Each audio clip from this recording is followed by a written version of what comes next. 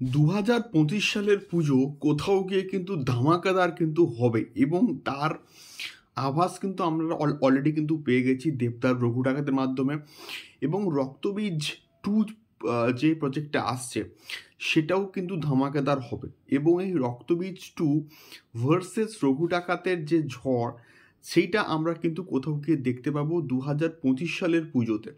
Hello guys, আমি Dipen, welcome back to my channel Deep exclusive. So এখন আমি এই ভিডিওর মধ্যে একটা দুর্দান্ত একটা খবরকে নিয়ে কিন্তু কথা বলবো, যে খবরটা কিন্তু মোটামুটি উঠে আসছে।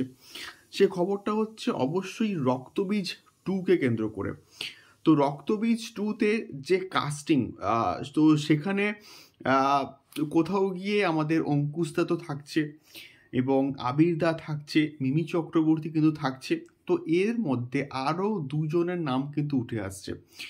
একজন হচ্ছে কৌশানী মুখার্জি এবং আরেকজন হচ্ছে নুসরাত জাহান। এবং কৌশানী মুখার্জি বহুরূপী দিয়ে যে পপুলারিটি পেয়েছে সেইটা তো এখানে অবশ্যই ইউটিলাইজ হবে। এবং নুসরাত জাহানেরও একটা হিউজ লেভেলের ফ্যান বেস রয়েছে। তো এতজন মিলে কিন্তু আসছে এবং মাঝখানে কিন্তু সোহমের নামও কিন্তু উঠে আসছিল। সোহম, অঙ্কুশ, নুসরাত জাহান, মিমি চক্রবর্তী, আবির, এতজন মিলে একা দেবদার সঙ্গে লড়বে এবং দেবদা জিতবে, এটাই বেসিক্যালি কিন্তু বলার। এবং এই পার্টিকুলার কাস্টিংটা উইন্ডোজ প্রোডাকশনস নিয়ে আসছে, অবশ্যই গল্পের নিশ্চয়ই ডিম্যান্ড রয়েছে।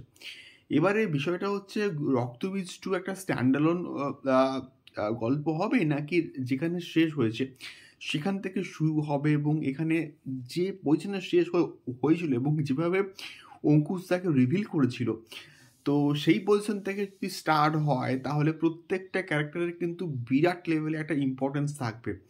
দেখা যাক কী হয়। এবং এই পার্টিকুলার ক্লাসটা কে নিয়ে আমি প্রচণ্ড এক্সাইটেড।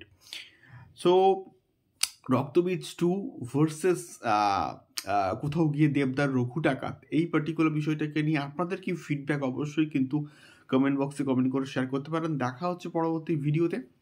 টাটা।